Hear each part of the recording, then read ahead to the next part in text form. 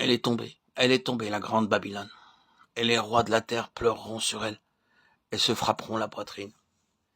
Et les marchands de la terre pleureront aussi, et se lamenteront, parce que personne n'achètera plus leurs marchandises. Marchandises d'or, d'argent, des brebis, des chevaux, des chars, des esclaves,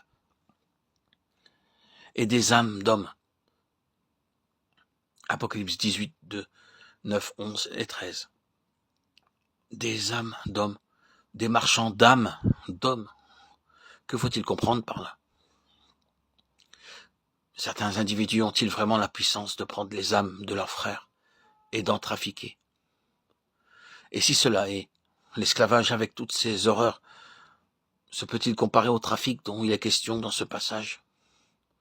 L'esclave, pauvre bête de somme, garde la faculté de penser. Son corps peut être ployé, enchaîné, mais il peut penser en liberté. L'esclave peut protester, il lui arrive de le faire, ce qu'il paie souvent de sa vie. Châtiment qui veut justement réduire au silence définitif la rébellion de l'être intérieur, qui lui n'est pas enchaîné. L'esclave n'est pas nécessairement un corps sans âme et comme vidé de lui-même. Mais ces marchands d'âme, d'hommes, dont parle l'apôtre Jean, qui sont-ils? L'âme, c'est la personnalité, c'est la volonté, c'est l'énergie, c'est l'intelligence, c'est l'individu. Lorsque tout cela a été capté, conquis par quelque puissance ennemie, il ne reste plus de l'homme que l'enveloppe, l'extérieur, l'apparence. Il ne reste plus que des fantômes, des automates, que les marchands d'hommes font mouvoir selon leurs caprices, et dont ils trafiquent. Horrible évocation. Quelle page sinistre de l'histoire de l'humanité nous est ici prophétisée.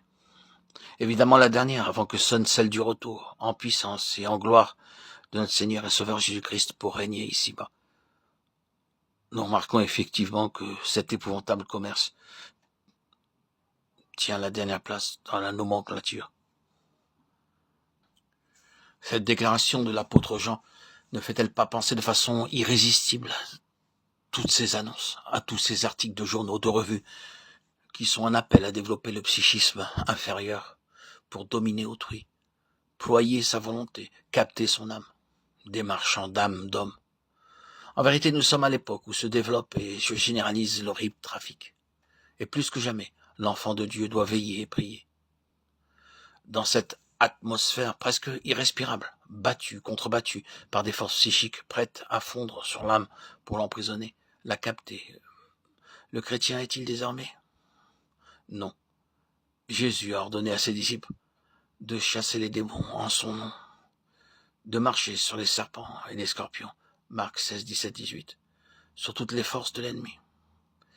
Et il les avertit que rien ne pourra leur nuire, Luc 10, 19.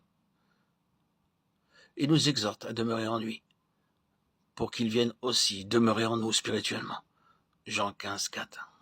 Or, où il est, nous sommes aussi en esprit.